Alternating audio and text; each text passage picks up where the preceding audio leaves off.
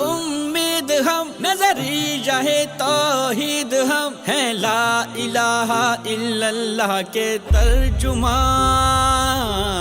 کل بھی تھے ہم۔ پاکستان وہ واحد ملک بن گیا ہے، جو دشمن ہے وہ اس کو کمزور کرنے کے لیے کوشاں ہیں، اس کی طرف دیکھتے ہیں کہ اس کو کس طرح کمزور کیا جائے، اور جو مسلمان ملک ہیں وہ یہ سمجھتے ہیں کہ یہی واحد ملک ہے کہ اگر کبھی کوئی ایسی ضرورت پڑی تو یہی کھڑا ہو سکتا ہے دنیا کے سامنے، اور دنیا میں کوئی ملک نہیں۔ ان کے پاس صرف ایک ہتھیار ہے، وہ ہتھیار تفریق کا ہے، اور وہ تفریق اور تقسیم سوشل میڈیا کے ذریعے کرنا چاہتے ہیں، ہمارے نوجوانوں کے ذریعے کرنا چاہتے ہیں۔ کا جذبہ ہے اتحاد کی بنیاد پہ اپنا وہی نغمہ،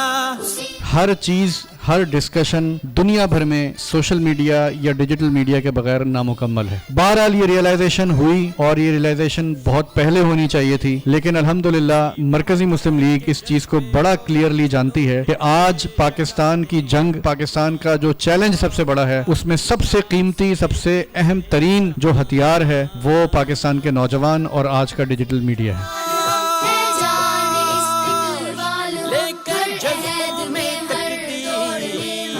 یہ مرکزی مسلم لیگ ہاؤس پورا سال ہی یہاں پر مختلف سیاسی سماجی سرگرمیاں جو ہے یہ اس کا مرکز بنا رہتا ہے، اور رمضان المبارک میں بھی یہاں کی ایک خوبی ہے کہ مختلف شعبہ ہائے زندگی سے تعلق رکھنے والے جو افراد ہیں ان کے اعزاز میں یہاں افطار رکھی جاتی ہے، لوگ جمع ہوتے ہیں، اور آج آپ جو سوشل میڈیا کے چمکتے ستارے ہیں وہ سب ہمارے ساتھ موجود ہیں۔